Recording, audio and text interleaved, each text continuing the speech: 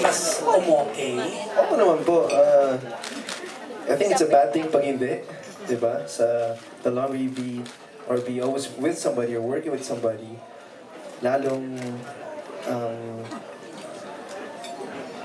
it just gets deeper from, you know, the friendship, everything, the bonding. So, imposibleng hindi. Opo. Dito ba sa Dolce Amore, may kissing scene na? Wala pa po. Wala pa po yan. Wala pa po yan. Baka no. Sweet love lang, hindi po. How will you define sweet love? Sweet In love? English mo lang yata. How will I define sweet love? Something very innocent, very real, light, natural. Pagkasama mo yung tao, yung feeling ko, you forget about your problems. Magaan lang. Ganun ba, Liza? Ganun ba yan, Liza? Siguro. Kainis ka? Ay, kaya na. Opo, yes. For me, sweet love is the really innocent type of love na parang like when you're young and then you have your first crush, parang ganun, sweet love. Okay, Ruel. Thank you. Okay. I have a question for Liza kasi talagang todo ang build-up ng ABS-CBN to be the next talagang dramatic superstar. Binigyan ka ng mga Miss Sherry Hill na co-actors. How does it feel?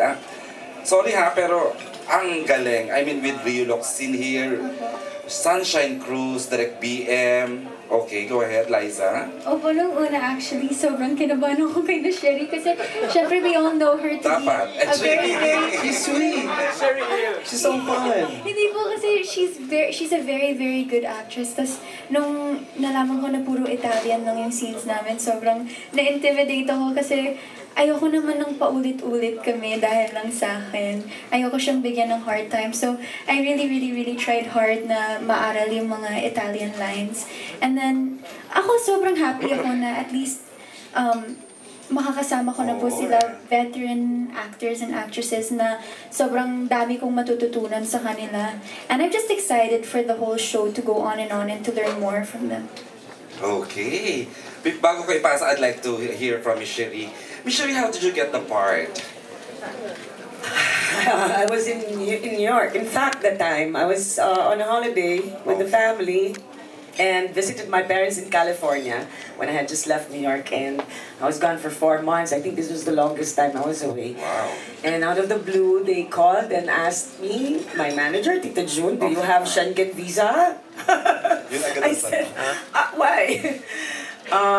There's a part for you, and can you fly? Why not? I accepted it wholeheartedly. It was a great blessing. Yes, yes, of course. And I got very, very excited, especially when they said it was going to be with Kathy. I was very excited. I love working with Kathy. It's been a while. My very first teleserye I did when I came back from Italy after living there for a while was with Kathy, the one with Juday and I forgot the title. Pero matagal na yun. That was the first time I worked with her, way before she even got married and had children. So. Tapos, this is not the first time you've worked with Ken, ano? No, no. So In fact, when we worked together again, so I go, here we go. Maligan kami. And of course, Liza, I haven't had a chance to meet. And it was a fresh name to me, in fact. Prior to the Italy show. Yes, I've never, in fact, heard about Liza, forgive me. So I told her straight away, I had to Google you and you look astoundingly beautiful. Wow. No, but I didn't realize how overnight sikat na pala she became. Okay. You're keeping secrets kasi from me, ah. What? When we did Muling Buksan ng Puso, you knew her na. Meron na.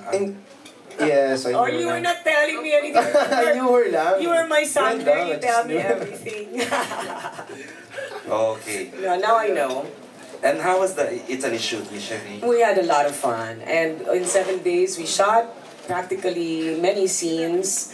And I have to say, Liza works very, very hard with the Italian language. She felt a little embarrassed having to repeat. And I said, I just, of course, felt she was doing so well. And I told her, you're doing fine. Ilan siya. So she spoke it very, very well. In fact, we'd wake up early in the morning.